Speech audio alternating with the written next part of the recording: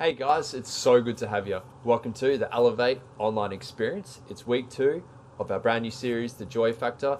Tune in because it's going to be an awesome experience.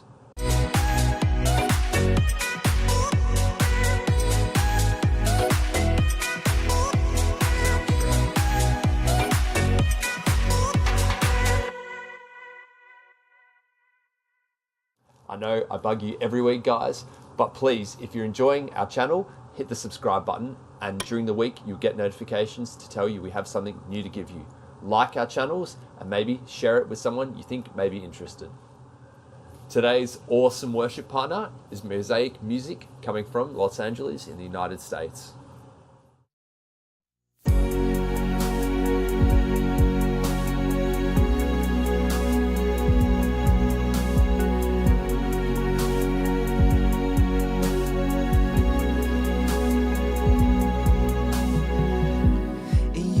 Song on my lips every morning, 'cause you are faithful in every way, and I will declare that your love lasts forever, and no need to worry, my eyes fix on you, 'cause you have my heart, all of my life. I will lift your name on high, King of all, 'cause you are my strength, the beginning and the end, and I will seek you every day, King of all.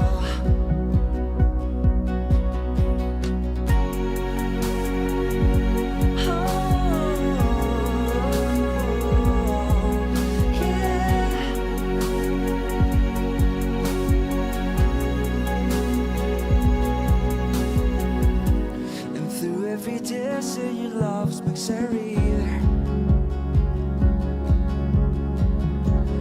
bringing me life wherever it goes, and I feel the wind of your spirit around me, and I'm chasing after wherever it goes, 'cause you have my heart, all of my life. I will lift your name on high, King of all,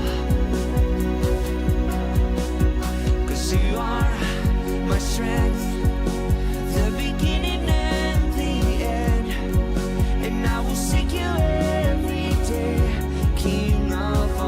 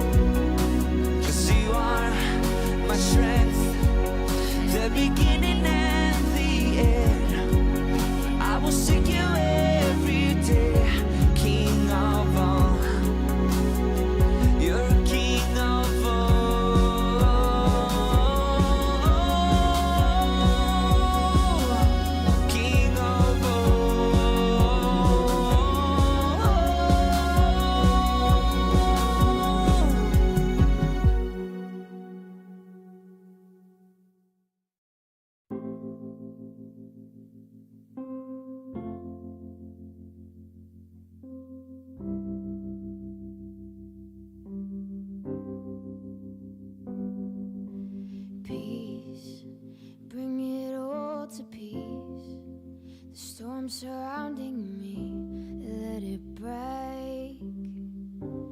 At your name, still, call the sea to still, the rage in me to still, every wave. At your name, Jesus, Jesus, you make the darkness tremble. Jesus, Jesus, you silence fear. Jesus, Jesus, you make the darkness tremble. Jesus, Jesus, breathe, call these bones to live, and call these lungs to see once again. I will praise Jesus, Jesus, you make the darkness tremble. Jesus, Jesus, you silence fear. Jesus, Jesus, you make the darkness tremble. Jesus, Jesus, oh Jesus, Jesus, you make the darkness tremble. Jesus, Jesus, you silence fear. Jesus, Jesus, you make the darkness tremble. Jesus, Jesus, your name is light that the shadows can't deny. Your name cannot be overcome. Your name is life, forever lifted high. Your name cannot be overcome. Your name is light that the shadows can't deny. Your name cannot be overcome.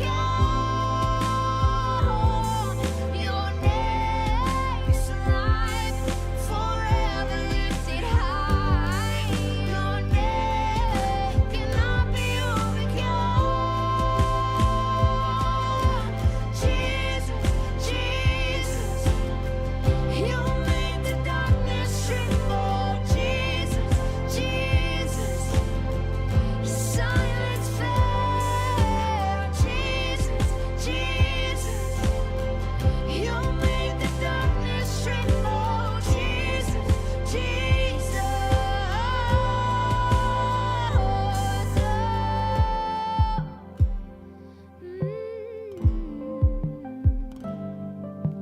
Jesus, Jesus. Here it is, guys. Week 2 of our brand new series, The Joy Factor. It's taken by our very own Mark Pomeroy, so tune in. Well, hey there, Elevate family. Great to have you with us this week. Let me ask you a question, those of you who are parents. Have you gone through the Happy Meal phase? Or maybe right now you're in the Happy Meal phase. You know, I mean, it's some bold marketing right there from McDonald's, where the actual name of the product comes with a promise of satisfaction in the title. We've just come through that phase with our nephew. You know, anytime we'd be driving, he'd see the golden arches. He'd ask, "Can I have a Happy Meal?" And if the answer was no, then immediately there would be tears, for which the only solution to stopping the crying is to relent and buy him a Happy Meal, which, by the way, would immediately stop the crying, make him happy, which in turn would make us happy. Well, of course, that is until the toy discovery took place, and happiness was now based on whether he did or didn't like the toy. But we use this word happy a lot. Here's some examples that you're no doubt familiar with. Happy birthday, Happy New Year, Happy Anniversary, Happy Hour. If you're in a bad mood, you'd say that you're not a happy camper. You'd be recommended to go to your happy place, and when you're in your happy place, hopefully you'll learn to don't worry, be happy. Just recently, Will Smith got a little slap happy. There's even a company who runs some theme parks, you've probably heard of them, who describe their theme parks as the happiest place on earth. Now, this is despite the fact that you will experience endlessly long lines, likely baking hot temperatures, and exorbitant prices for absolutely everything. And I'm convinced that part of the reason that you walk away agreeing that that's the happiest place on earth is you're kind of trying to justify what you've just endured. You've just put up with the long lines. You've just endured the baking sun, and you've just handed over all this money, and you're convincing yourself that you got value, that this is indeed the happiest place on earth. But this word happiness is actually derived from the word happenstance. And happenstance really points to our happiness being linked to our circumstances. You know, get the right Happy Meal toy, you're happy. Ace your exam, you're happy. Have enough in your bank account to pay for the petrol you've just put in your car, you're happy. Jesus' first public teaching kind of overlapped with this idea of happiness. You know, it's part of his most famous teaching, the Sermon on the Mount. He leads off with what we've come to call the Beatitudes, where Jesus lists off 9 principles and circumstances in which you'll be, well, he uses the word blessed. Now,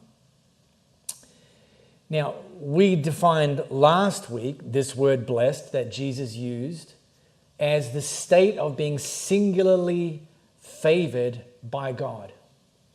The idea that God not only loves you, he also likes you. He wants the best for you. And whilst this word that Jesus used, blessed, is a close cousin of the word happiness, it definitely goes a lot deeper. Now, one of the top trending hashtags in social media over the last decade is hashtag blessed. You know, new shoes, take a photo, hashtag blessed. Vacay with Bae, take a photo at the beach, hashtag blessed. And yeah, great, terrific. Looks like you're blessed. Nothing wrong with these. But Jesus, when he used the word blessed and lists off these 9 circumstances that we find ourselves blessed, they actually looked very different from hashtag blessed that we see in social media. And in fact, at face value, some of them actually make no sense. That when you first read them, you're looking and thinking, this doesn't sound like blessed. And I'm wondering if the people sitting, listening to Jesus teaching them for the very first time were asking the same question, looking around like, this doesn't sound like someone who's blessed to me.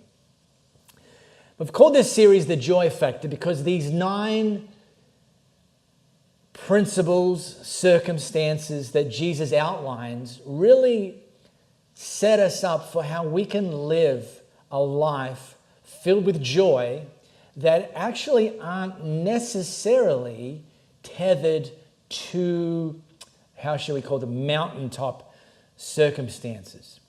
Last week, we taught from the first one. Jesus said you're blessed when you're at the end of your rope, which, there you go, doesn't make sense at face value. But then he explains how that works.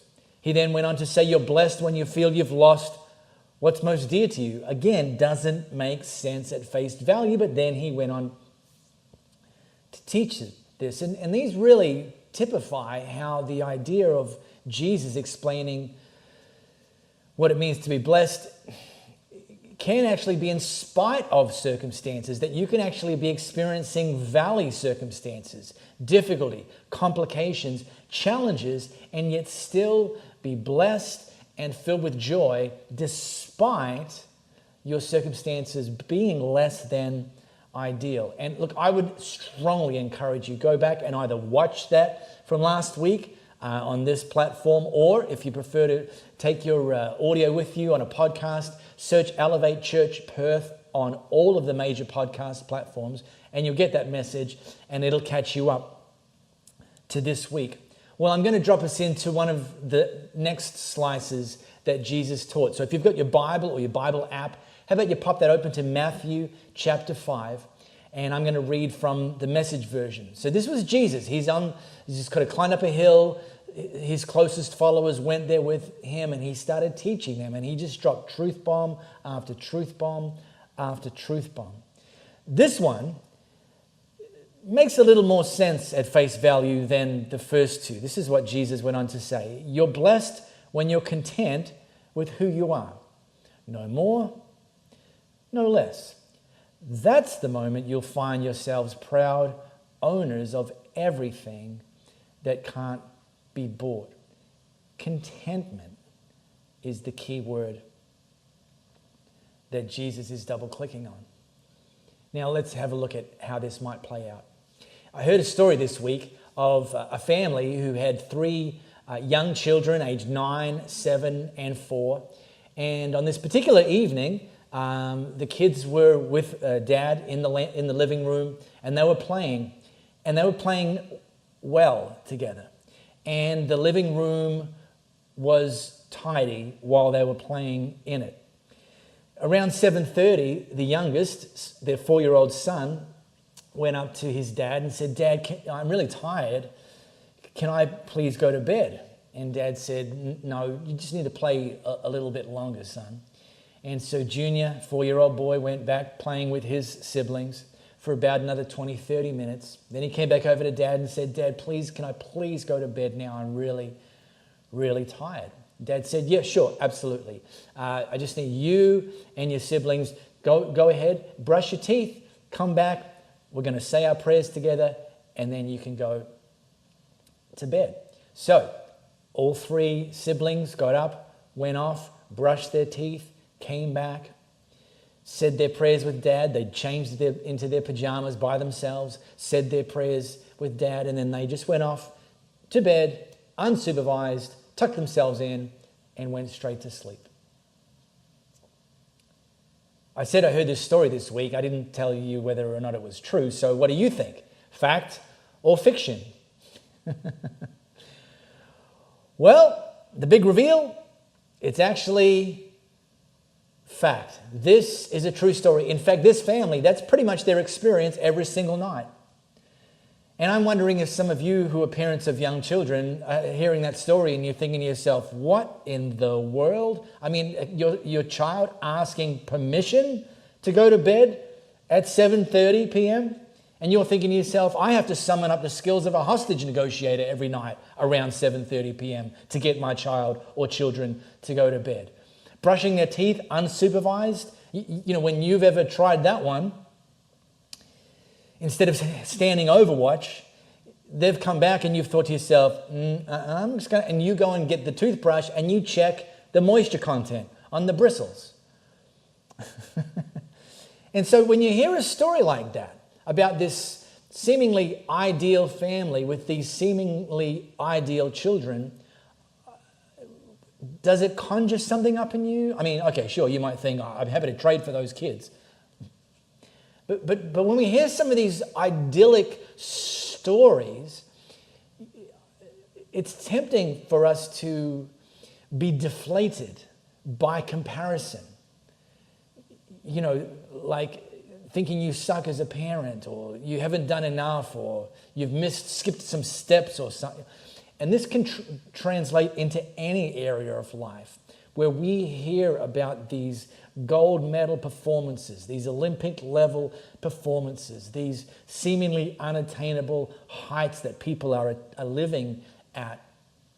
And we compare ourselves, and it does something to us. In fact, I say it this way, that comparison is the thief of joy. Comparison leads to discontent, whereas Jesus is pointing us towards contentment. Now, if ever I've taught on contentment, I'm aware it does raise the question of, well, does that mean I shouldn't want for more? You know, I shouldn't want for more quality in my marriage. I shouldn't want for more potential and possibility and purpose for my kids. I shouldn't want for more success and opportunity in my career or business and so on. And here's what I say to that contentment and settling aren't the same thing. See, contentment is being grateful for what you have, for what God's given you, and at the same time, asking the God of more than enough for more in your life. You can actually have both, because contentment and settling are not the same thing. All right.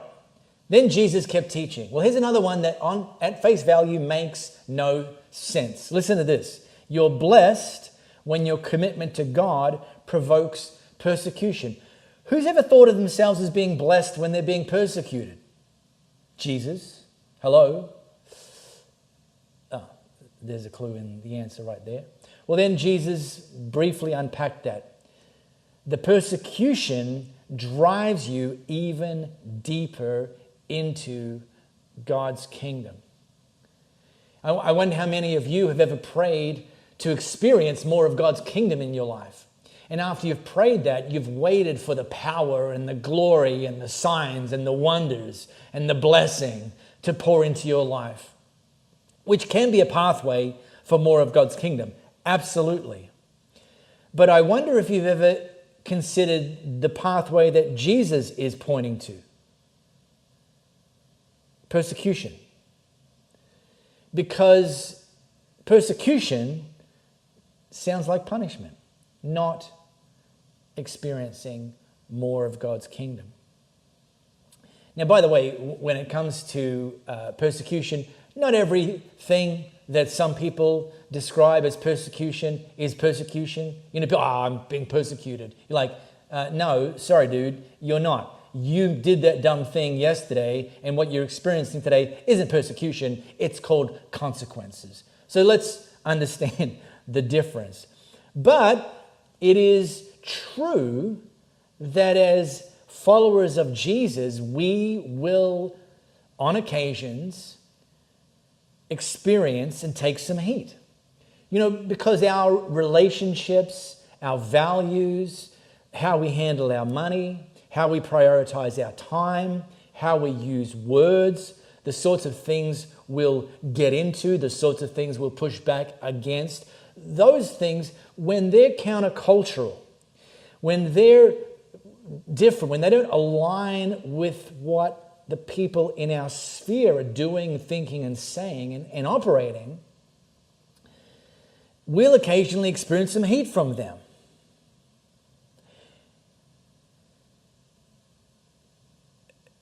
And Jesus is saying, yeah, that's right, you will. And you're blessed because it will drive you towards me.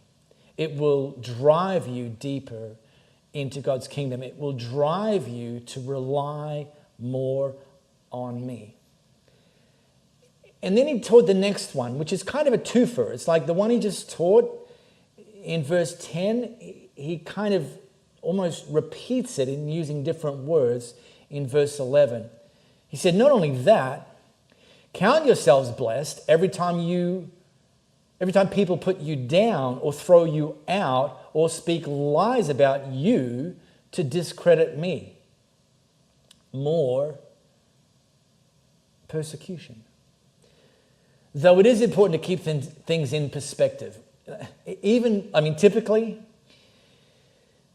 particularly in developed countries, even on our worst day as Jesus followers, the sort of persecution we'll experience almost 100% pales into insignificance to some of the persecution being experienced in countries around the world today, and persecution that has been experienced by Jesus followers at times over the last 2,000 years. In fact, one of the early church scholars lived either side of 200 AD. His name's Tertullian. He's actually considered the father of Western theology, a prolific scholar, writer. He was living in a Roman province called Carthage in northern Africa. And at the time, the Roman Empire, the Roman leaders were killing Christians, consistently killing Christians, thinking Christians were a threat, thinking Christians were about to launch an uprising. And so they kept killing them to keep them down, keep them in line. And Tertullian wrote an open letter to them, basically imploring them to stop killing Christians. In fact, he said to them, we're not against you. We actually pray for you. We're not a threat to you. And then he went on to say, but if you don't respond to my request to stop killing Christians, and if you therefore continue to kill Christians, and this very famous line that he used in his letter, the blood of the martyrs is the seed of the church.